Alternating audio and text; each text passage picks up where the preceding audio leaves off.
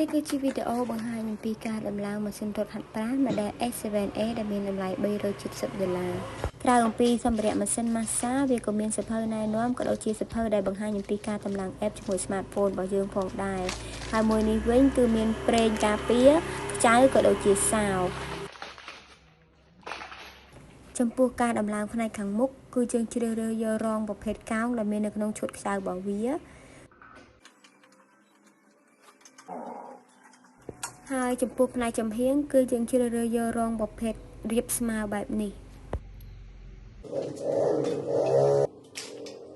ត្រង់ចំណុចដែលចង្អុលបង្ហាញនេះយើងអាចមួវាបន្ថែមបន្តិចបានតែមិនត្រូវឲ្យលឹបខ្លាំងពេកទេ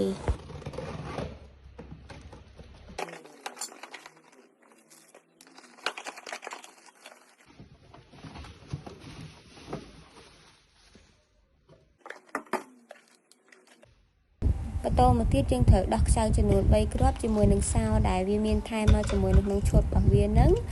ដើម្បីភ្ជាប់ជាមួយនឹងជើងតម្រក្រោយពីចាប់ជាមួយនឹងជើងតម្រហើយយើងទុកវាម្ដុំសិនទៅយើងងាកមកចាប់ជាមួយនឹងរបាបជាប់ជាមួយនឹងម៉ាស៊ីនហាត់ប្រាណរបស់យើងវិញម្ដងដោយដំបូងឡើយយើងត្រូវដោះខ្ចៅទាំង4គ្រាប់នេះចេញសិនយើងអាចសង្កេតមើលបានថារងវាគឺប្រភេទកោងអញ្ចឹងដូចដែលយើងទៅឡើងពីដំបូងគេអញ្ចឹងណាបន្ទាប់ពីដោះហើយគឺយើងដាក់ខ្ចៅនឹងទាំង4គ្រាប់ឡើងវិញមកភ្ជាប់ជាមួយនឹងរបាបទាំងពីររបស់យើងឥឡូវចូលមកដល់ដំណាក់កាលភ្ជាប់ម៉ាស៊ីនម៉ាស្សាជាមួយនឹងរបារដែលយើងបានចាប់អំបញ្ញមិញត្រង់ចំណុចមួខ្ចៅកន្លែងនេះគឺយើងត្រូវប្រើសាវទាំងពីរប្រភេទតែម្ដងគឺសាវតាន់នៅខាងមុខហើយសាវមុខច្រើននៅខាងក្រោយហើយសាវមុខច្រើនគឺយើងអាចយកមកទប់ខ្ចៅខាងក្រោយរបស់វាដើម្បីកុំឲ្យវាវិលទៅតាមពេលដែលយើងមួវាអញ្ចឹងណា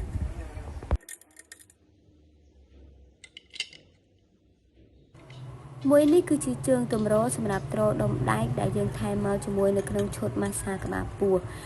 ងាយស្រួលនៅក្នុងការចាប់ទេជាមួយនឹងជើងទម្រនេះហើយចំពោះស្នោទាំង4នេះគឺយើងដាក់នៅត្រង់ចំណុចកន្លែងកាច់យកក្បាលពោះដើម្បីដាក់ទប់កុំឲ្យជើងយើងឈឺពេលដែលយើងដាក់តាក់វាអញ្ចឹងណាជាចុងក្រោយបន្ទាប់ពីពពាក់គ្រឿងទាំងអស់ហ្នឹងរួចរាល់ហើយអ្នកទាំងអស់គ្នាត្រូវលាបប្រេងទៅលើក្តាររត់ផងដោយយើងលាបអស់ពីលើចុះមកក្រោមទាំងសងខាងដូចក្នុងវីដេអូដែលយើងបង្ហាញនឹងអញ្ចឹង